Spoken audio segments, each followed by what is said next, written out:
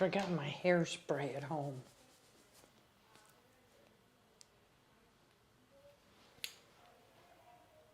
Just say when, mister. I should have brought some goop.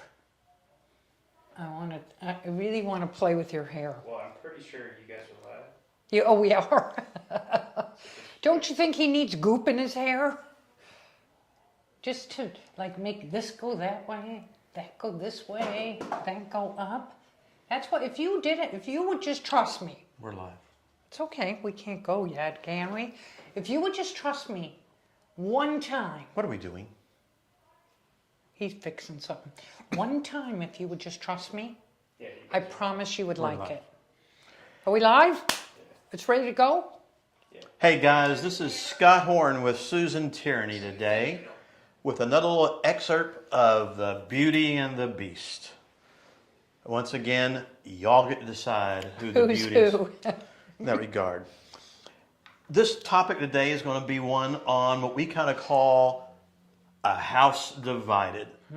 We're not Kind of talking... like a Democrat and a Republican living in the same house? I was going to say more like an Aggie and a Longhorn Oh, that too. in the That same could be house. bad too. Okay. Same So, thing, but yes. And down, I can't even match, by the way. I cannot even, I can handle the Aggie and the Longhorn. I couldn't handle the other. yeah, I couldn't either. Ooh, It'd be some dog I could food handle both in the of them. backyard. Sure you could. So you say. So I say. So what are we talking about today? Well, we're talking about marketing versus numbers, okay? And our beliefs of what's most important, which we don't agree on, right? Well, I have a very strong belief system. I know you do, and I do too. The boss is always right. And number two, if the boss isn't right, go Right. back to number one. Simple. That's it. It solves the problem. So you think you're the boss I do. of me? I don't think so. I don't know if I want to be the boss of you. No, that would not be a very So easy marketing job. versus math. And obviously we were talking about properties and property analysis and things of that nature. So since you think you're always right and that everything revolves around you here, why don't you tell us That why? is so not true. Tell us why. Tell us why you Because- think all that. First of all, nothing happens without marketing. Nothing. You can have the greatest numbers and the most brilliant math mind, which you have, but it's nothing until you have a deal. And you can't get a deal in real estate without marketing. You can't acquire a property without marketing. You can't sell a property without marketing. You can't work, marketing and sales, one and the same, are crucial in real estate. And to me, it comes first, then comes the numbers. So why do you happen to think numbers come first?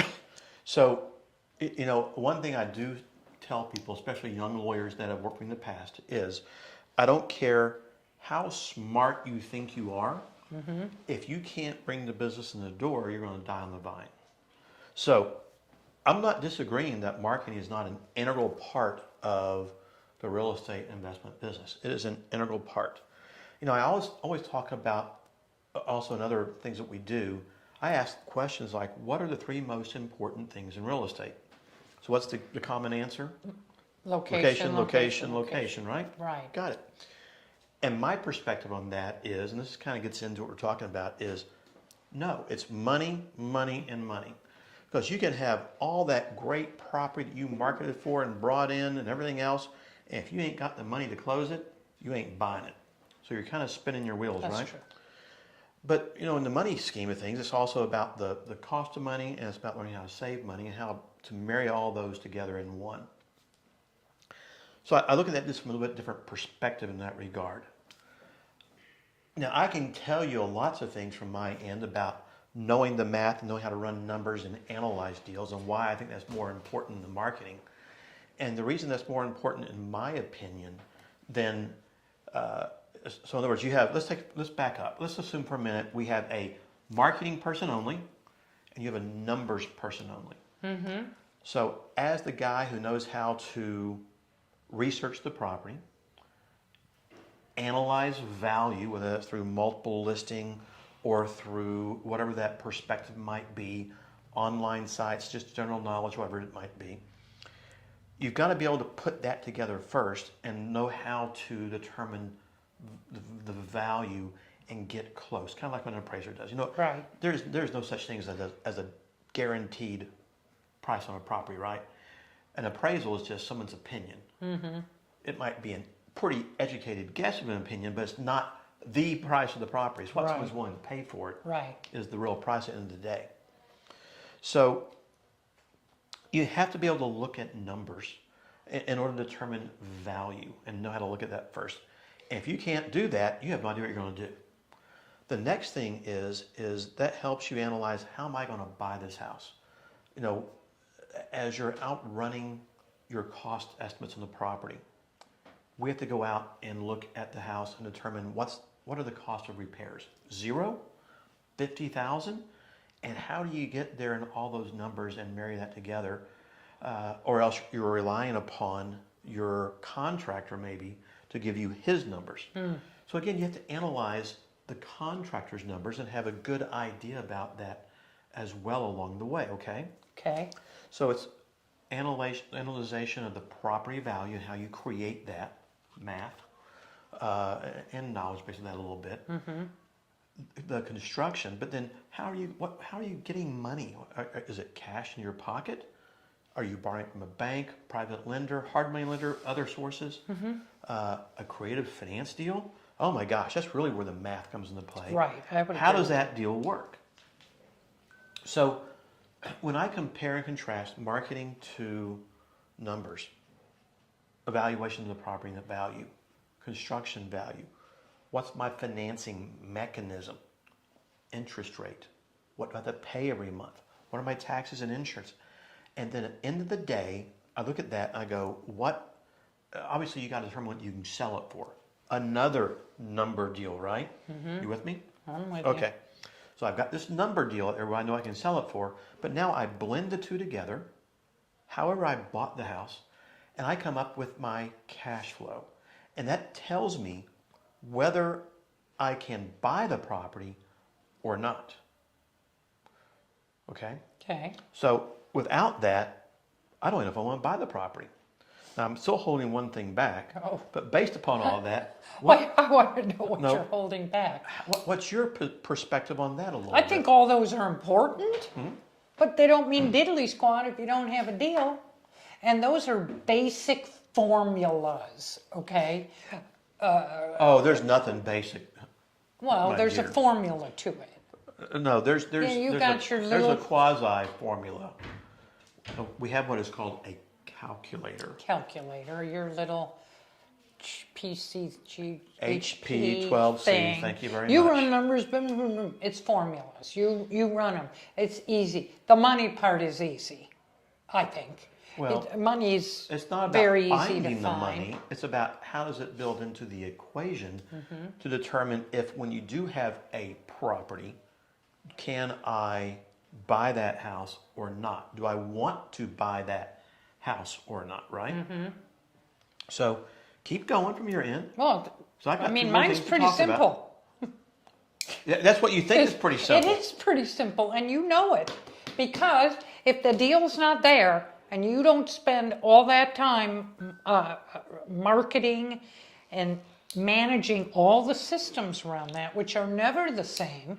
You know, you have your texting, your direct mail, your calling, your VAs, all the marketing that you do to go out there and find the property. Because at the end of it's like the cart before the horse. I'm not saying that it's not What kind of horse is interesting. Is it like a Clydesdale like me? I'm not saying Or is it's it like not- a mule like... Are you calling Like me me a too. mule? Okay. Real estate investing requires a balanced approach, but I'm sorry. Well, wait a minute. The marketing You're comes sa- first, the accounting comes second. You didn't have say to accounting. incorporate both. Well, numbers, the math, So, no. same thing. Okay, so here's the difference I think. So number one, I don't have to know marketing. You know why? Because you can hire people. I can hire... Oh, And you know what? You made that comment. I don't have to know the numbers because I can hire people. Can you? Yes. I don't think so. Who? Because let me tell you what. So in the real estate investment marketplace, Okay. there are the wholesalers. They do the marketing. So can I go to them? Yes. And there's a cost and an expense to be paid for Right. that along the way. I got it. I can pay for the marketing, or I can let them pay for the marketing. Now, their marketing is more expensive than if I brought it But it's in-house still and did it. marketing. And by the way, Can't- you ain't cheap, baby. Let me just tell you what. You don't have boots on today, but oh my gosh. No. So, can I go out and do that? Or could I hire somebody to do the marketing? So what I'm going to tell you is, in my opinion, as humble as it may be, and there ain't no humble pie on this end of the equation, is that I think it is so much easier to hire the marketing side or to find the marketing side than it is to learn all the things you have to know about property evaluation, repair costs and expenses, about financing options and ideas, and then how do you marry all of that together to make the final decision? Do I buy that house or not, or what do I pay for that house or not? So I look at that and I go, I get marketing is important. Excuse me, because you do have to have marketing from some perspective. Either you have to hire it out, right? Or you have to bring it in-house. Right. And you decide how to do that. So, but once the marketing, I think, again, is more ascertainable than the other side. And I would put that with you all day long. Really? So what do you think about that? Let's get those two little wheels in your head turning and tell me why I'm wrong. I'm not saying you're wrong. Why I are you, just, why I are am you more saying right? personally that it's just as easy to hire somebody for your stuff. But you don't believe Tell that. me how you're going to do that. Where are you going to find that? It's a good real estate accountant could run the numbers. Sandra runs numbers. Really? Yeah. Okay, so Sandra's one of our bookkeepers guys. Yes. She just throws names out and thinks everybody's going to know who that is. No, she can run basic accounting numbers. We ain't running accounting numbers. Tell me so you need an appraiser to appraise your property, right? Right. Don't you hate it when you find out you're wrong and I'm right? So you have to have someone who understands the appraisal process for that phase of evaluation. Okay. Number two, you have to have a contractor who knows how to run construction numbers along the way. So that's two different people you got to have now. No. Now you need a finance person who can run the financial side if you're getting a traditional bank loan or private capital loan of some type, hard money, running the interest rate and looking at the basic numbers. But let's go to that one unknown again, that creative finance offer out there. Oh, whole different ballgame there in looking at pros and cons, cash out of pocket, this and that. Right. And what's my cash flow game? So I look at the equation of marketing where I can get it from one person who can do marketing, acquisitions, and sales. Okay, maybe two if you want to break that apart. So I broke mine apart. I'll give you some credit there. On my end, though, I've got 4 or 5 different people rolled into one. And that's why I think when you look at that, the numbers game and the understanding of all of those facets is more important than the marketing game. So, But it's, shoot the hole through that, my dear. I'm just like spitting in the wind with you. I'm never No, going to win. I never win, ever. I'm We waiting. could go knock down, drag out fights. And even he thinks he wins. Right, AJ? Saying, yep. But you're like a dog with a Tell bone. me why. That's what I told you the other day. Tell me why Because you you think don't have I'm a wrong. deal without it. And you're going to trust in the Okay. business, So wholesalers my philosophy and for the- overestimate the ARV Nope. and underestimate. So you've got to know your marketing numbers, know your rehab numbers. by the That's not necessarily. When I know my numbers, I estimate the value. I've already said that's all rolled in. So let's use me as an example. I am the appraiser. I am the contractor. I am the financier. I am the creative finance guy. Well, that's. I am the syndicator. Yeah, but most people out there are not. All those things. Well, That you're- those are all learned issues. We're not here saying that who is or who isn't. I'm saying I have 5 different people in one on the number side of the equation. The appraiser, the contractor, the financier, the creative finance guy, and the syndicator that marries all that together and does the final analysis. Who's the syndicator? They're the person that blends all this together, comes up with the final analysis, which is what syndication means. On the marketing side, from what you told me, is you have to have an acquisitions person to market and a salesperson to market. And you had to have VAs So to market. So I don't care what A or B is. I'm saying I got 5 to 2. So again, from basic numbers It isn't again, about the- I win. Okay. I love it when a plan comes together and you're always right. Okay, so let's just stop a moment and talk about this, okay? Because I get both sides. And I think they are so equally important. They really are. I can argue my end until I'm blue in the face and present an argument that I think is winnable. That's why I'm the lawyer and you're not. And I'm good at that part. So we're 5 to 2, I win. Done. But next, in a business analysis though, the ability to marry the two together is the real formula. Right. And that is what is so hard about this business, is to learn that out there, I think. So what would you say to people out there that are good marketers but don't really know the numbers and how to analyze it? Well, they have to learn that though. I mean, there I are think that would be a great Facebook Live. classes out there that people can take. You know, I tell people all the time, if they want to get in our business, go get your real estate license first. Why? Because when you have a real estate license, they teach in your courses basic deal analysis, how to pull comps, how to look at things.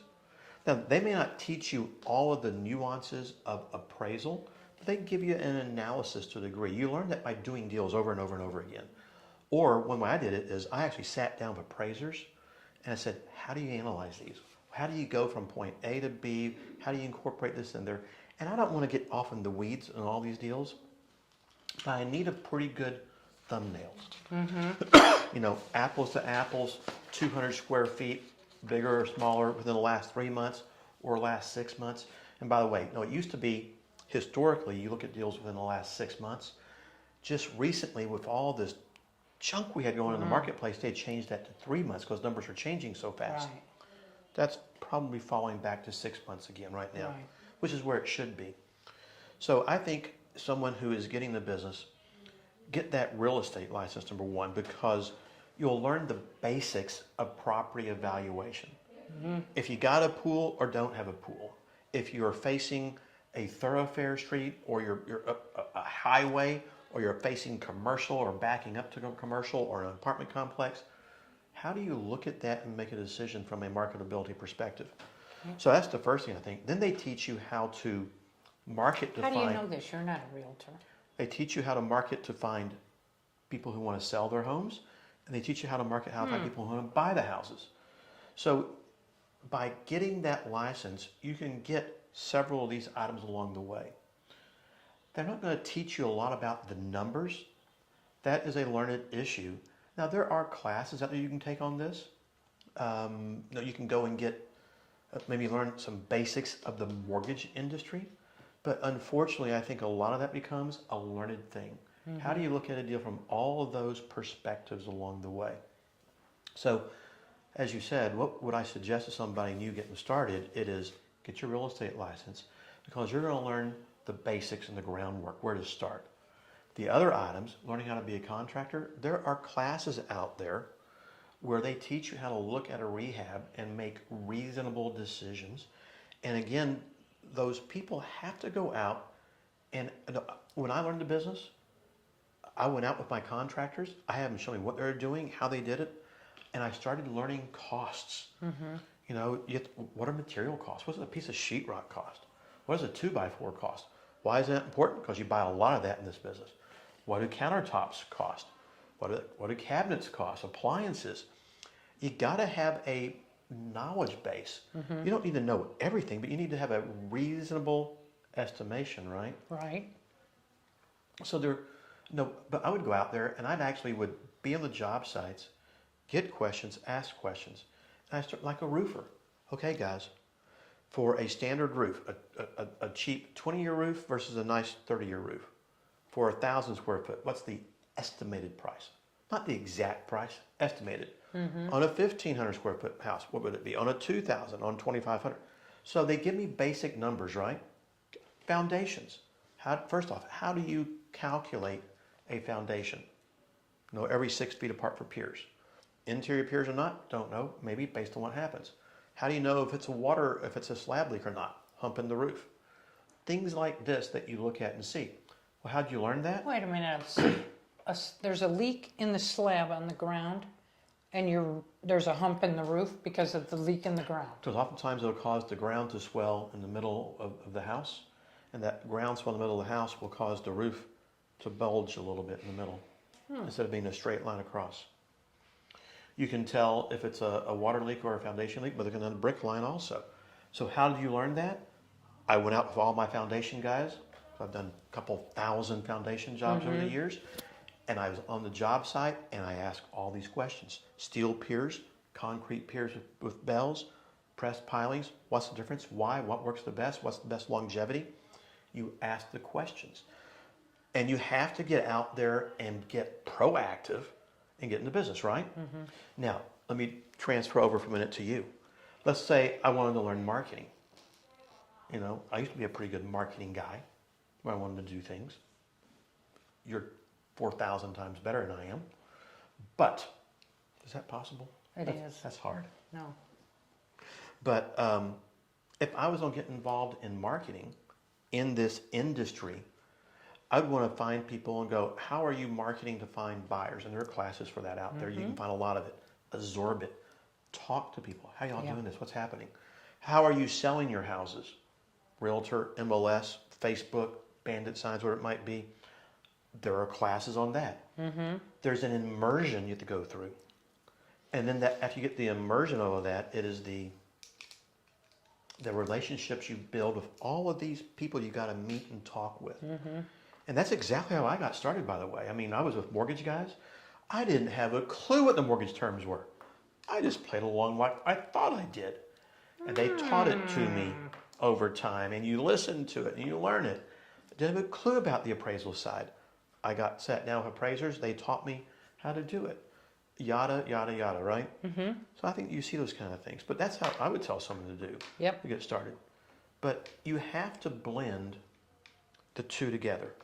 Yes. You know, and that's what makes a company really get out and explode, don't you think? I do. And I think if you have somebody who's good in marketing and good in the numbers, that's the dream team. Well, it's all those things we just talked about combined. But if you want to save a lot of money, I mean, the question becomes, is it worth splitting the deal, let's say, with a partner who's your marketing arm that brings all this stuff in? And for instance, from my end, all this SEO stuff out there and all the online marketing today, back in my day, it was newspapers, backs of buses, bathroom walls, yada, yada. We didn't have the internet and all these marketing terms. And of course, as it picks up, it goes so fast, it just blows right past you. And one thing, you know, to make a comment for everybody too is you can only be so good at so many things. What was the comment you made the other day about, Discover Your Strengths? Yeah, what was the that? book. Where do really good at your strengths because you can hire everything out. Right. Exactly the same thing. You know, and as we got together, way back whenever, 318 years ago. A long time. You know, for our viewers' perspectives at least, you came up and I witnessed something I immediately recognized I did not have and I needed. And I hope I can say I was smart enough, maybe I was just lucky enough to pull that trigger and go, right? Right. And now why you did it, I don't know. Other than the fact you saw a chance to work with me, which I know was worth its weight in gold. That's it. That was the only reason. That was the only reason, no. But, well, it sounds good. But, you know, again, I think it truly is knowing what your strengths are. Yes. So, but for the real estate investment industry, to learn this, and by the way, you get into the commercial world, apartments, strip centers, etc. A whole different set of criteria that you have to learn. Everything changes again. Yeah, some blends together, but not a lot. No. So I get the marketing side really well, what is out there. But you're insistent that the math comes over marketing. I just demonstrated how it did. Okay. I'm waiting for you to tell me Well, how I'm wrong. You're wrong because it's wrong. Well, you're Because saying cart before the horse. Cart is what I keep before the hearing. horse, yeah. You can't do anything without the deal. And why can't I buy it? Pay somebody to do it for me? Go to hard money to a wholesaler? Wholesaler. I don't need it. Because you got to know the math. Well, the math, obviously, you know. But they have to market. Why do you want to spend 10 times as much? Well, it's not 10, but it could Well, be. it could be 3 to 4 times. It could, but- I mean, when we market, it's like $2,000 a house. We're not talking about that now. We're making a point between marketing versus numbers. Okay. And all I'm saying is by knowing the math and the numbers, et cetera, I can go out and get the properties. Yes, you're going to pay more for it. We already said that. And so if you can find a way to bring it in where somebody else can do that, they're really good at that, and I can do what I do, I'm really good at, and you marry those two together, Okay. that is the home run strategy, I think. Don't you agree? A house divided. Yeah. At least Aggies I'm not versus what? At least I'm not Whatever you are. a TSIP, right? A TSIP. Thank you. So TSIP. you just insulted a big chunk of our audience did out I? there. Well, that's what But you always call It was what they them. really are, though. You always call them that. I never I'd like to quite kind get of it. sip tea out there. They're very dainty, the guys there. Oh, the guys there. Yeah. Okay. Y'all can write her later about that, not No, I'm not even from Texas, so colleges in Texas are out of control. So they're all like cults. Up in Illinois, You're was just no big deal. me. Jealous is the primary Is word. that it? Okay. So what else you want to talk about? No. About the house that, divided? That was it. That's our house divided. But one of the things, and we would love if we could get any comments on what you guys would like to see some of our future segments. But I think, and I've always wanted to do this, and I want to do this for our staff, because you are the one that does the numbers. You run and analyze everything, and you got your computer, and you got a million screens up. I would like to, I'll have to ask our AJ if it's possible, but do a Facebook call over your shoulder, and you walking through. This would be a great education for everybody, not to mention our staff. Okay, I'll give you the property. Say here's a house in Garland, it's 250, here's the ARV, the repairs are this.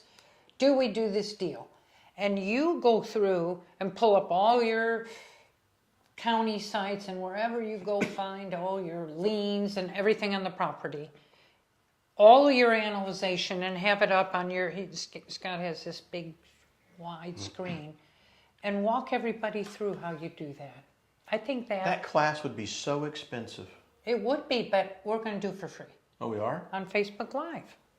How much are you going to pay Can me? we do it for on that? Look, Yeah. I'm easy. I'm just not cheap. Okay. Well, that is a great class to teach because so many people have a hard time with that and they don't know where to go. So we're going to do that. We'll make a learning curve for everybody too. So, whenever I do seminars and whatnot, I talk to them about knowledge is power, how to find it, how to determine it, how to research it. And you have to become proficient. There's only one way to become proficient, and that is to do it over and over and over again, ad nauseum. Yeah. And that is so important to learn those kind of things. So we can teach it to them, but until they actually sit down and they do it themselves, it's hard to do. But we can do those kind of things. That'd be an awesome little thing to do. I agree. I think that would be a great But class. again, from our perspective today, marketing and numbers, I think we decided that they're both equally important. Okay, we did decide that. I think I still win, I think.